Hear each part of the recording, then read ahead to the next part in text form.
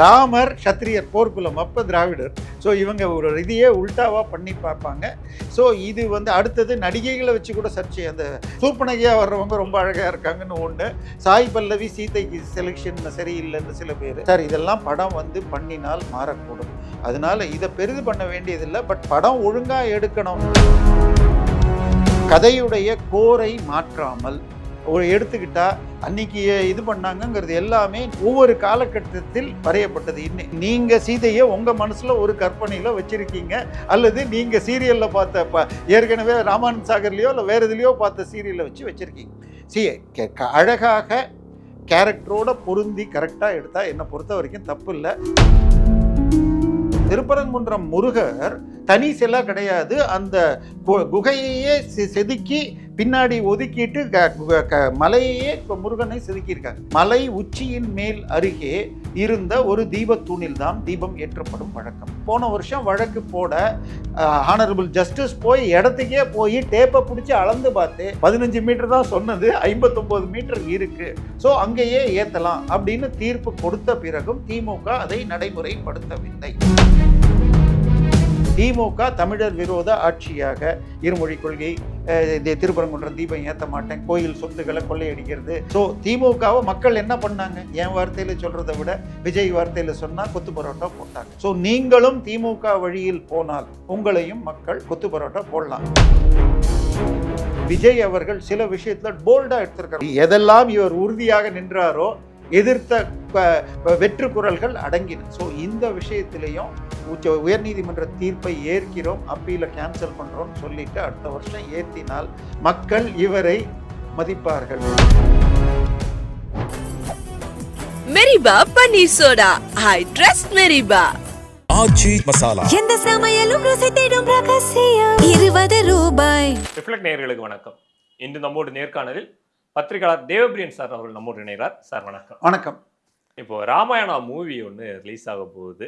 அது பொதுவாகவே இந்த ஆன்மீக திரைப்படங்கள் ரிலீஸ் ஆகும்போது ஏதாவது ஒரு விமர்சனங்கள் வருவது தொடர்ச்சியாக தான் இருக்குது. அது எந்த மதத்தை சார்ந்த கதைகளாக இருந்தாலும் சரி. இப்போ ராமாயண படத்துக்கு இதே மாதிரியான ஒரு விமர்சனம் வந்திருக்கு. இந்த விமர்சனத்துக்கான காரணங்கள் இல்லை, 2 காரணங்கள். ஒன்று, அது கிடைக்கிற ஒரு அட்ராக்ஷன் மற்றவங்கள தூண்டுது. ராமாயணத்தை இன்னைக்கும் ராமானந்த சாகர் எடுத்த அந்த தூர்தர்ஷனில் வந்த சிடிஸ் இன்னைக்கும் விற்கிது. அதன் பிறகு விஜய் டிவி ஒன்று எடுத்தது, சன் டிவி ஒன்று எடுத்தது. ஸோ ராமாயணம் மகாபாரதம் போன்ற விஷயங்கள் என்னைக்கு எடுத்தாலும் இட் இஸ் எவர் கிரீன், மக்கள் பார்ப்பார்கள். நீங்கள் சொன்ன மாதிரி மற்ற மதத்திலும் அவ்வப்போது இல்லை 10 கமாண்ட்மெண்ட்ஸு இல்லாட்டி இந்த மாதிரி வந்துக்கிட்டே லாஸ்ட் சப்பர் அல்லது பேஷன் அந்த மாதிரி மாற்றி மாற்றி தான் வந்துட்டுருக்கும். பட் இதுக்கு முன்னாடி முருகன் படத்தை ஜூனியர் என்டிஆர் நடிக்கிறப்ப அதை வச்சு ஒரு பக்கம் முருகன் பான் இன் நார்த்து, வர்ஷிப்ட் இன் சவுத்து அப்படின்னு வந்தப்போ அதுக்கு உடனே பான் இன் நார்த் இல்லைன்னாங்க. பிரச்சனை சங்க இலக்கியத்தில் எடுத்து பார்த்தால் அவர் பிறந்தது இமயமலையில்னு ரொம்ப தெளிவாக இருக்குது. பரிபாடல்லையும் இருக்குது, கலித்தொகையிலையும் இருக்குது, திருமுருகாற்றுப்படையிலையும் இருக்குது. ஸோ பிரச்சனை என்னென்னா இவங்களுக்கு தமிழும் தெரியாது, இதுவும் தெரியாது. அதே மாதிரி ராவணன் தமிழன்னு சொல்லிக்கிற ஒரு கேங் இருக்குது. இன்னொரு பக்கம் ராமர் ஆரியர், ராவணன் திராவிடர், அது ஆரிய திராவிட போர்மாங்க. ஆனால் கதைப்படி ராவணன் ஒரு ஆரிய ரிஷியுடைய மகன். ராமர் சத்திரியர் போர்க்குலம் அப்போ திராவிடர். ஸோ இவங்க ஒரு இதையே உல்டாவாக பண்ணி பார்ப்பாங்க. ஸோ இது அடுத்தது நடிகைகளை வச்சு கூட சர்ச்சை. அந்த இவர் ரொம்ப அழகாக இருக்கா, வேறு சூப்பனகையாக வர்றவங்க ரொம்ப அழகாக இருக்காங்கன்னு ஒன்று, சாய் பல்லவி சீதைக்கு செலெக்ஷன் சரியில்லைன்னு சில பேர். சார் இதெல்லாம் படம் பண்ணினால் மாறக்கூடும். அதனால இதை பெரிது பண்ண வேண்டியதில்லை. பட் படம் ஒழுங்காக எடுக்கணும். பெரிய பட்ஜெட் படங்கள் 10க்கு நான் 7 நல்லா போனாலும் 3 போகாது. அளவுக்கு அதிகமான எக்ஸ்பெக்டேஷன் கொடுக்காம இவங்க 2 பார்ட்டாக 2000 கோடி அப்படின்னு சொல்கிறாங்க. வர அன்னைக்கு தான் பார்க்கணும். இது இன்னொன்று பெய்டு ப்ரமோஷனாக கூடவும் இருக்கலாம். இன்னவே நெகட்டிவாக ஒரு ப்ரமோஷன் எடுத்துக்கலாம். இல்லை, எனி ப்ரமோஷன் இஸ் ப்ரமோஷன், அவ்வளோதான். இதில் அதை எடுத்துக்கலாம். நீங்கள் இதை எடுத்துட்டாலே பாகுபலி 1 and 2 ஓடின மாதிரி பொன்னியின் செல்வன் செகண்ட் பார்ட் ஓடலை. ஸோ எப்பயுமே செகண்ட் பார்ட் தேர்ட் பார்ட்லாம் எந்த அளவுக்கு ஓடும்லாம் எதிர்பார்க்க முடியாது. எப்படி கொடுக்குறாங்கன்னு பார்க்கணும். ஏற்கனவே நம்ம தெலுங்கில் இவளை சீதையாக போட்டு நயன்தாராவை எடுத்தது எனக்கு தெரிஞ்சு பெருசாக ஓடலைன்னு நினைக்கிறேன். ஸோ இது எளிதில்ல. இன்னொன்று, அந்த கதையில் தவறுகள் இருந்தால் அதுதான் ராமாயணம்னு நீங்கள் பார்க்க வேண்டியதில்லை. பல விஷயங்கள் நம்ம இன்னைக்கு ராமாயணத்தில் இருக்குன்னு நினைக்கிறது வால்மீகியில் கிடையாது. உதாரணமாக ராவணன் வர்றதுக்கு முன்னாடி, லக்ஷ்மணன் போகிறதுக்கு முன்னாடி ஒரு கோடு போட்டு இதை தாண்டக்கூடாது அப்படின்னது சம்பூர்ண ராமாயணம் படத்தில் தமிழில் வந்ததுலேயும் இருக்கும். ஆனால் அது மூல இதுலேயும் கிடையாது, கம்பன்லேயும் கிடையாது. அது துளசிதாசர் எழுதிய ஹிந்தி ராம்சரித மானஸில் தான் உண்டு. பிரச்சனை என்னன்னா, நமக்கு பலர் யாரும் இன்றைக்கி ஒரிஜினல் படிக்கிறது இல்லை. ஒன்று கூகுளை நம்புகிறோம், இல்லை சின்ன புக் ஏதாவது ஷார்ட் அண்ட் வெர்ஷனை படிக்கிறோம். ஸோ இது கான்ட்ரவர்சிஸுங்கிறது அது ஒரு பப்ளிசிட்டிக்காக அவங்க யூஸ் பண்ணிக்கிறாங்களே தவிர, விஷயம் இன்னும் சொல்ல போனால், நீங்கள் இந்த இது பார்த்தீங்கன்னா கவுன் பனேகா கரோர் பற்றியில் அமிதாபிடம் சிக்கி வெளியில் போகிறவங்க பெரும்பாலும் ராமாயணத்தை பற்றியோ இல்லாட்டி இந்தியன் கல்ச்சரை பற்றி கேட்குற கேள்விக்கு தான் பதில் சொல்லி மாட்டுவார்கள். நம்மில் பலருக்கும் இந்த ஜென்ரேஷனுக்கு ராமாயணம் தெரியாதுங்கிறது தான் உண்மை. ஓகே, இந்த திரைப்படம் பற்றி விமர்சனம் வைக்கும்போது நீங்கள் சொன்ன மாதிரி ராமன் ராவணன் அந்த மாதிரி ஒரு விமர்சனம் வருது. இதில் வந்து ராமனை வந்து கொஞ்சம் டம்மியாக காட்டியிருக்காங்க, அந்த மாதிரி ஒரு விமர்சனம் வருது. இன்னொரு பக்கம் பார்த்தாச்சுன்னா, இவங்க நம்ம சாய் பல்லவி சுருள்முடி கொண்ட சீதையா அப்படிங்கிற மாதிரி ஒரு விமர்சனம். இந்த மாதிரி விமர்சனங்கள் எல்லாம் இல்லை, அதுதான் நான் சொல்லிட்டேனே. சீதையோ ராமரோ இல்லை இயேசுவோ முருகரோ இவங்க யாருடைய, ஏன் திருவள்ளுவரை எடுத்துக்கிட்டா கூட எப்படி இருந்தார்னு தெரியாது. உதாரணமாக திருவள்ளுவர் இப்போ வரையப்பட்டுள்ளதில் அவர் பூனலோ வேறு எதுவும் அணியாதபடிக்கு ஒரு இது துண்டை போட்டு மறைச்சிருப்பாங்க. அது ஆனால் அந்த துண்டை காவியாக ஆக்கினால் இவங்க கத்துவாங்க. ஆனால் திருக்குறளை படித்தா அவர் வந்து சொல்லியிருக்கார், ஒரு துறவி என்பவன் காவியை பார்த்து சிவப்பை பார்த்து மயங்காதே. எப்படின்னு சொன்னால், குந்துமணி இருக்கு பாருங்க, வெளியில் பார்க்குறப்ப அது சிவப்பாக இருந்தாலும் மேலே கருப்பும் இருக்கும் கண்ணு மாதிரி. ஸோ கருமை அவன் உள்ளே இருக்கலான்ற. அப்போ ஒரு துறவி காவி அல்லது சிவப்பணிவார்னு திருக்குறள்லேயே இருக்கு. பிரச்சனை இவங்களுக்கு திருக்குறளும் தெரியாது, ராமாயணமும் தெரியாது. வால்மீகி என்ன சொல்லியிருக்கார் இதெல்லாங்கிறத விட கதையுடைய கோரை மாற்றாமல் எடுத்துக்கிட்டா அன்னைக்கு இது பண்ணாங்கங்கிறது எல்லாமே நீங்கள் பார்க்கறது எல்லாமே ஒவ்வொரு காலகட்டத்தில் வரையப்பட்டது. இல்லை, திரைப்படம்ன்றதே வந்து ஒரு வருமானத்துக்காக பண்ணக்கூடிய ஒரு விஷயம் தான். அதுல வந்து கோரை மாத்தாம பழைய கதையை அப்படியே எடுத்துட்டு வருவாங்க. இல்லை, கோர் மாத்துறது கோர் மாத்தாமங்கிறது எல்லாமே மாறும்பது தான். இப்போ அதாவது உங்களுக்கு கம்பராமாயணத்தில் அதாவது அதுக்கு 2000 வருஷத்துக்கு முன்னாடி எழுதப்பட்ட வால்மீகியை 1500 2000 வருஷம் கழிச்சு மாத்துறப்ப பல விஷயங்களை மாற்றி காட்டியிருப்பார். ஸோ இது நீங்கள் இதுலேயே போனால் பைபிளுக்குள்ளே எடுத்துக்கிட்டால் உங்களுக்கு இயேசு யாருங்கிறதுல குழப்பமாக இருக்கிற மேத்யூவுக்கும் லூக்குக்கும் வரும். முதல் 3 காஸ்பலுக்கு பேர் ஒத்த கதை அமைப்பு சுவிசேஷங்கள்னு பேர், சினாப்டிக்னு. அது 3லையும் இயேசு ரகசியமாக சீடர்களோடு சைலண்டாக இயங்கினார்னு வரும். அதே 4வது பார்த்தீங்கன்னா மைக்கை வச்சுட்டு நான் தான் மெஸ்ஸியாங்கிற மாதிரி ப்ரீச் பண்ண மாதிரி இருக்கும். ஸோ ஒரு 100 வருஷம் கழித்து அது எழுதப்பட்டப்ப அது மறைக்க வேண்டிய அவசியம் இல்லை, எதிர்த்து மறுக்கக்கூடிய ஆட்கள் இல்லை என்ற தைரியத்தில் 2ஆம் நூற்றாண்டில் தான் இது எழுதப்பட்டது. ஸோ இந்த மாற்றங்கள் எல்லா காலத்திலும் வித்தின் 100, இன்னும் சொல்ல போனால் இயேசு உயிர்த்து எழுந்ததாக சொல்லப்படும் கதையில் லூக்குடைய கடைசி 3வது வரி லாஸ்ட் சாப்டரில் பெத்தானி வரை நடந்து வந்தார், அவர் மேலே எடுத்துக்கொள்ளப்பட்டார்னு வருது. அந்த same day of Easter. Same Luke Acts of அப்போஸ்டலில் வர்றப்ப நான் 50வது நாள் பெந்தகோஸ்து அன்னைக்கு தான் மேலே எடுத்துக்கொள்ளப்பட்டார்னு வருகிறது. ஸோ ஒரே ஆள் ரெண்டையும் எழுத முடியாது. அதே மாதிரி சீடர்களில் ஒருவர் காட்டி கொடுத்தவர் மேத்யூவில் பார்த்தீங்கன்னு சொன்னால் அவர் தூக்கு போட்டு இறந்தார்னு இருக்கு. அவர் தூக்கு போடுறதுக்கு முன்னாடி காட்டி கொடுக்க வாங்கிய 30 வெள்ளியை எடுத்து அந்த யூத பாதிரிகள் அவங்க நிலத்தை வாங்கினாங்கன்னு இருக்கு.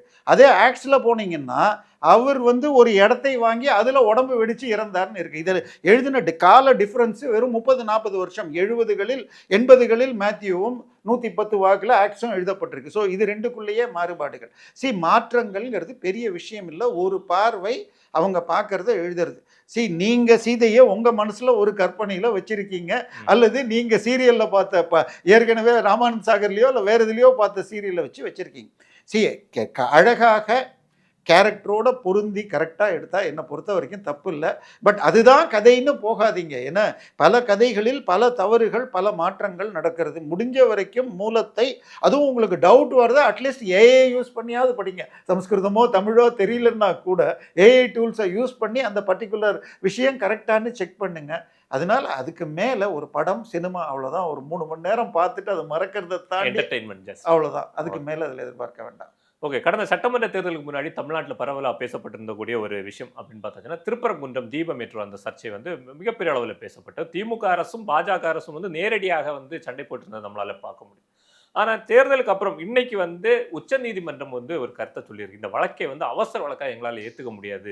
இத்தனை நாட்கள் அமைதியாக இருந்துவிட்டு இப்போது அதை எடுத்துட்டு வரதுக்கான காரணம் என்ன இருக்கு அப்படிங்கிற மாதிரி ஒரு கேள்வி. இல்ல, அதாவது திருக்கழுக்குன்றம் என்பது நம்ம ஆற்றுப்படை வீடுகள்னு சொல்லி 6 முருகர் கோவில்களில் 1வது ஆற்றுப்படை, முதல் ஆற்றுப்படை வீடு திருப்பரங்குன்றம்.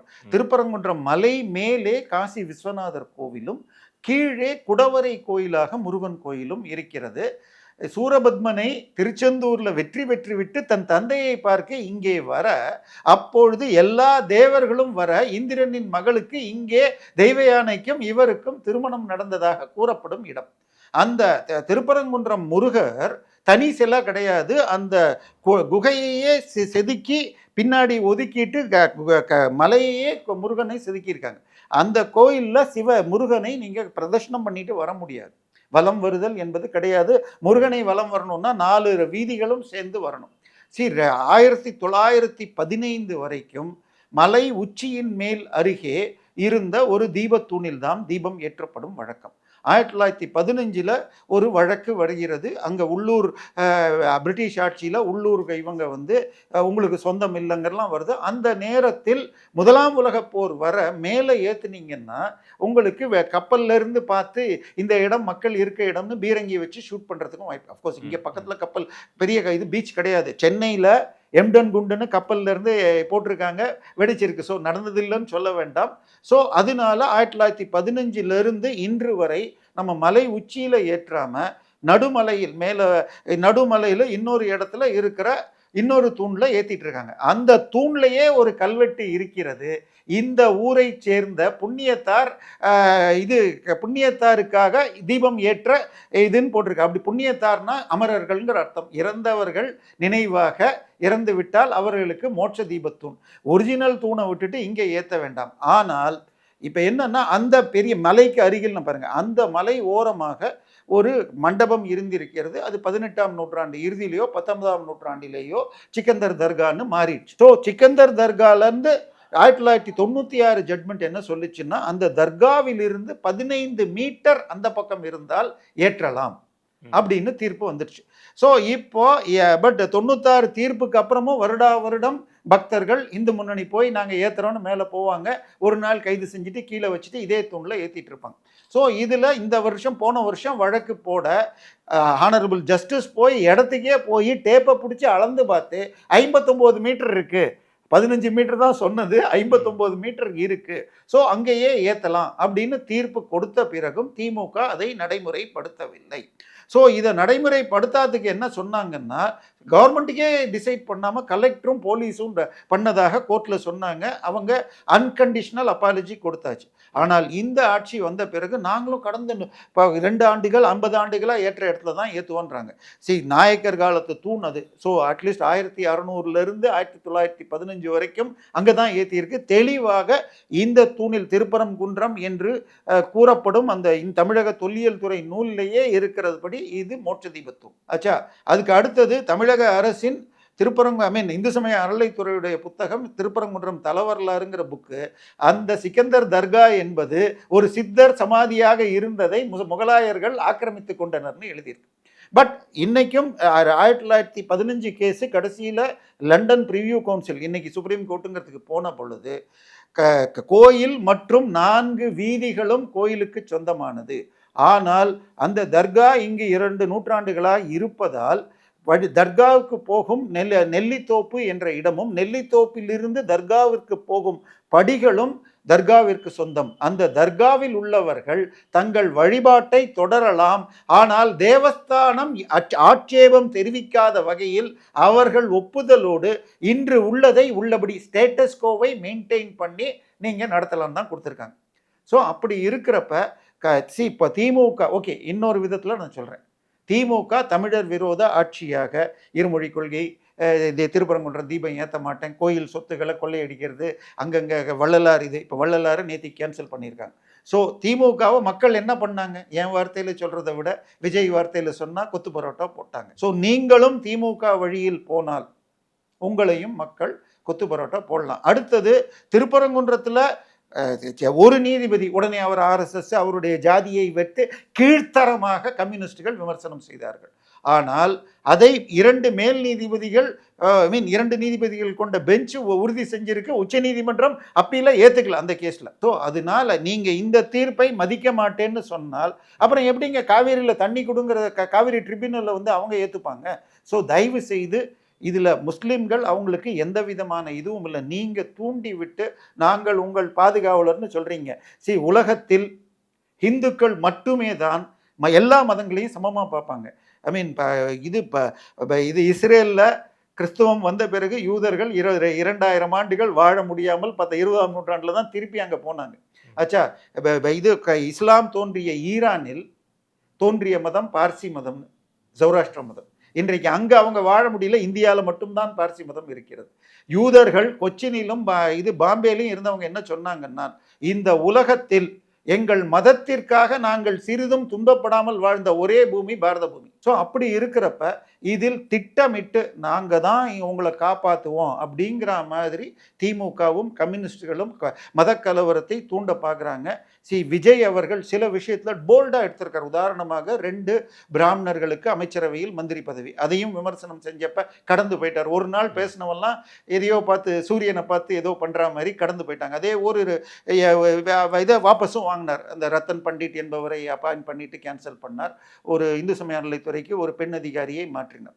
ஸோ எதெல்லாம் இவர் உறுதியாக நின்றாரோ எதிர்த்த வெற்று குரல்கள் அடங்கின. ஸோ இந்த விஷயத்திலையும் உயர்நீதிமன்ற தீர்ப்பை ஏற்கிறோம், அப்பீல கேன்சல் பண்றோம்னு சொல்லிட்டு அடுத்த வருஷம் ஏத்தினால் மக்கள் இவரை மதிப்பார்கள். அதை விட்டுட்டு இது பண்ணாம இருக்கணும். சரி, ஓகே. இப்போ நீங்க சொன்ன மாதிரி ஒரு பிராமண வந்து இந்து சமய அறநிலைத்துறை அமைச்சராக போட்டிருக்காங்க. திமுக ஆட்சியில் வந்து இந்து சமய அறநிலைத்துறையில் வந்து பல குற்றச்சாட்டுகளை வந்து பாஜக வச்சிருந்து, இப்போ ஒரு பிராமின் வந்து அந்த இந்து சமய அறநிலைத்துறையை ஒரு அமைச்சராக இருக்காரு. இப்போ இந்து சமய அறநிலைத்துறை செயல்பாடு எந்த அளவுக்கு இருக்கு? இல்லை, பிரச்சனை இந்து சமய அறநிலைத்துறையை விட அங்கே இருக்கிற அதிகாரிகள் கிட்டத்தட்ட அதை ஹோல்டில் வச்சிட்டு இருக்காங்க. இப்போ சமீபத்தில் நீங்களே பார்த்துருப்பீங்க, பழனியில் ஒரு 100 கோடி ரூபாய் மதிப்புள்ள நிலத்தை 2 கோடிக்கு வித்ததை ஹைகோர்ட் தடை பண்ணியிருக்கு. இன்னும் விசாரணை போய்கொண்டே இருக்கிறது. எங்கெங்கேயோ பண்ணிட்டு இருக்காங்க. அந்த மடத்தில் பண்ணது ரொம்ப கம்மியாக இருக்கு.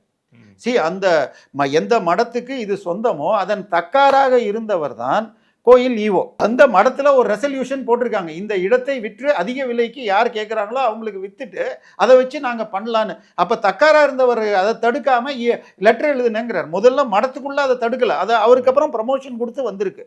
ஸோ அவர் வழக்கு போட்டு இதை மடத்தில் ஒரு ரெசல்யூஷனை போட்டு கோர்ட்டில் கேஸை போட்டு அந்த டயத்துலெல்லாம் தடுக்காம இப்போ பக்தர்கள் வழக்கு போட்டப்புறம் பண்ணியிருக்கு. இன்னொன்று, இந்து சமயத்துறை அறநிலைத்துறையில் செயலாளராக இருக்கும் ஐஏஎஸ் அதிகாரி தான் பத்திரப்பதிவுத்துறை அதிகாரியாகவும் இருக்கார். அவரே வருவாய்த்துறை அதிகாரியும் இருக்கிறார். ஸோ இங்கே அதிகாரி மாற்றப்படுகிறார். அந்த அதிகாரி 31ஆம் தேதியோடு மாற்றப்படுகிறார்.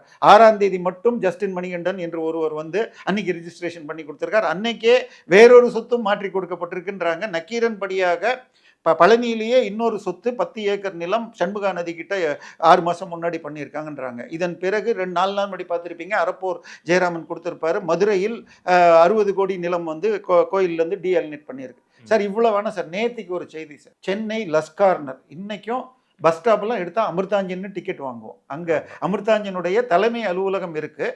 அதற்கு வாடகை பாக்கி 8,42,00,000 வாங்கியிருக்காங்க. வரவேற்கிறேன். ஆனால் வாங்கினதுக்கு HRNC காரணம் இல்லை, பக்தர்கள் போட்ட வழக்கு. இது 1901 99 வருஷம் லீஸ் கொடுத்த இடத்த இவங்க சப்சிக்வெண்ட்டாக டெனண்ட்டாக போய் வச்சுக்கிட்டு கோர்ட்டில் வாடகை கொடுக்க மாட்டேன்னு கோர்ட்டு 2001 முதல் 14 கிரவுண்டுக்கு, நீங்கள் ஒரு கிரவுண்டுக்கு 2400 சதுரடி என்றால் 33,000 சதுரடி, ஒரு ஸ்கொயர் ஃபீட்டுக்கு 10,000 ரூபாய் என்ற மெனில் 3,30,000 கணக்கு போட்டு 2001 18 வரைக்கும் 8,42,00,000 சார் ரெண்ட் ஃபிக்ஸ் பண்ணுறப்ப எவ்ரி 3 இயர்ஸ் 10% இன்க்ரீஸ்னு வைப்பாங்க. அண்ட் அது எவ்வளோ ப்ரைம் ஏரியான்னு நமக்கு தெரியும். இப்போ 2018 எப்போ வாங்க போகிறீங்க? இன்னும் 8 வருஷம் ஆயிடுச்சு இப்போவே. சரி, இதை விட்டுருங்க சார். இதே காலகட்டத்தில் வழக்காக ஒரு 3 இடம் இருக்கு சொல்கிறேன்.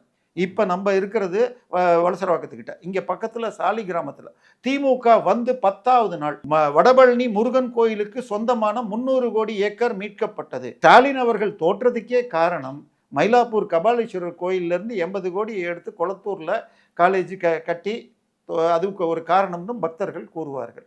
எனவே தயவு செய்து இந்து சமய, அவர் பிராமின்னு சொல்லிக்கல, நான் ஈவேரா வழியான்னு தான் தன்னை சொல்லிக்கிறாரு.